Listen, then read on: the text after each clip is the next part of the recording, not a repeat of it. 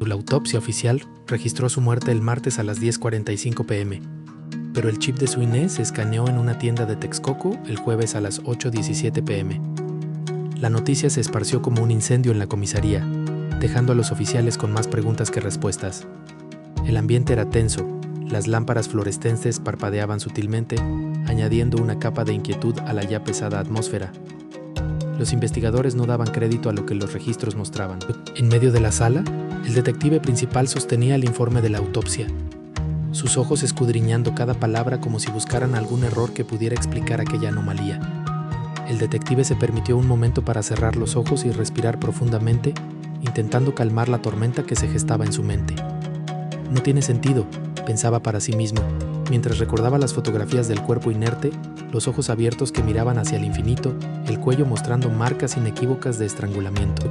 La víctima, un hombre de 34 años, había sido encontrado sin vida en su departamento de Tlalpan, con señales de haber sido estrangulado.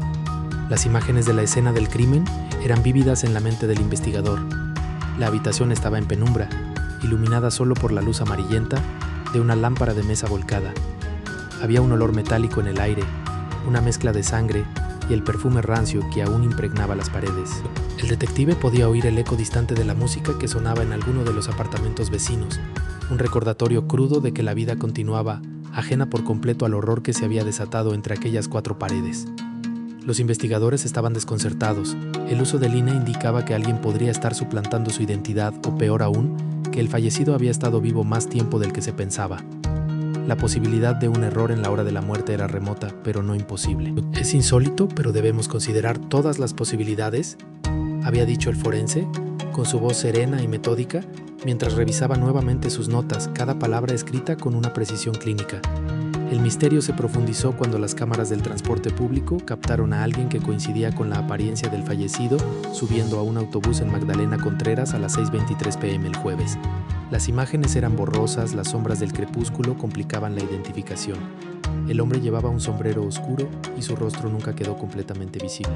El detective observaba la grabación una y otra vez, buscando un gesto, una seña que delatara que aquel individuo no era quien pretendía ser. Las calles de la ciudad eran un mosaico de luces y sombras. El sonido de los motores se mezclaba con las voces de los transeúntes, creando una sinfonía urbana que no dejaba de resonar en la cabeza del investigador. Las cámaras de seguridad eran testigos mudos de una ciudad que nunca dormía, pero aquella vez su testimonio era tan enigmático como perturbador. La policía comenzó a investigar transacciones bancarias recientes, descubriendo que su tarjeta había sido utilizada para retirar grandes sumas de dinero de varios cajeros automáticos en Coajimalpa entre el miércoles y el jueves.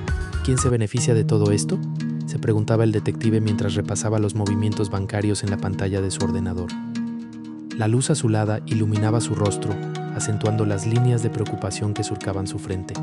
Cada retiro era como una huella digital dejada en el tiempo, una pista que debía seguirse con cautela.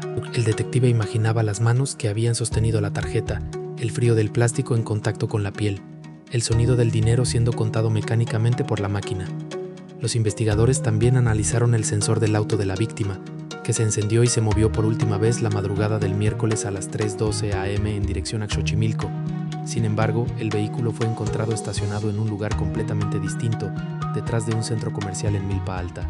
El descubrimiento añadió otra capa de intriga al caso. El detective se desplazó hasta el lugar donde el auto había sido encontrado. Era un estacionamiento desolado. El aire frío de la madrugada se colaba por las rendijas de su chaqueta, haciéndolo estremecerse. ¿Quién podría haber movido el coche?, se preguntó, mientras observaba las sombras alargadas proyectadas por las luces del centro comercial.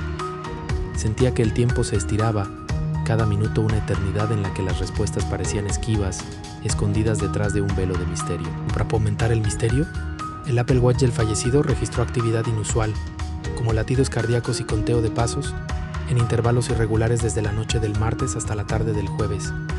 Los datos desconcertaban a todos los involucrados en la investigación. El detective no podía evitar imaginarse el reloj, todavía frío contra la muñeca del fallecido, registrando un pulso que no debería existir. Es como si alguien estuviera jugando con nosotros, pensó, mientras la frustración comenzaba a abrirse camino en su interior. La tecnología, que debería ser una aliada en la búsqueda de la verdad, se convertía en un laberinto de posibilidades imposibles. La familia de la víctima permanecía incrédula, sin entender cómo era posible que alguien estuviera utilizando la identidad de su ser querido fallecido. En la casa de la familia, el ambiente era de una tristeza palpable, casi tangible. Las paredes parecían absorber el dolor, las fotografías enmarcadas una vez llenas de recuerdos felices, ahora eran recordatorios de una ausencia que no podían aceptar. Es como vivir una pesadilla interminable, dijo la hermana del fallecido entre lágrimas, su voz entrecortada por la emoción. Sus manos temblaban mientras sostenía una taza de té, el vapor ascendiendo en espirales que se desvanecían en el aire frío de la sala. La madre miraba por la ventana, sus ojos perdidos en el horizonte, buscando tal vez una señal, una respuesta que diera sentido a todo aquello. ¿Podría ser que un impostor estuviera manipulando la tecnología para desviar la investigación?, se preguntaba, mientras el viento golpeaba suavemente los cristales, un eco de la tormenta que se desataba en su interior. ¿O es que nunca supimos realmente quién estaba detrás de esa máscara? El detective no podía apartar la sensación de que algo más oscuro se cernía sobre ellos, una sombra que se extendía y amenazaba con engullirlo todo. El caso seguía abierto. Las preguntas sin respuesta se acumulaban como un rompecabezas que resistía ser completado. Cada pieza una verdad inalcanzable que escapaba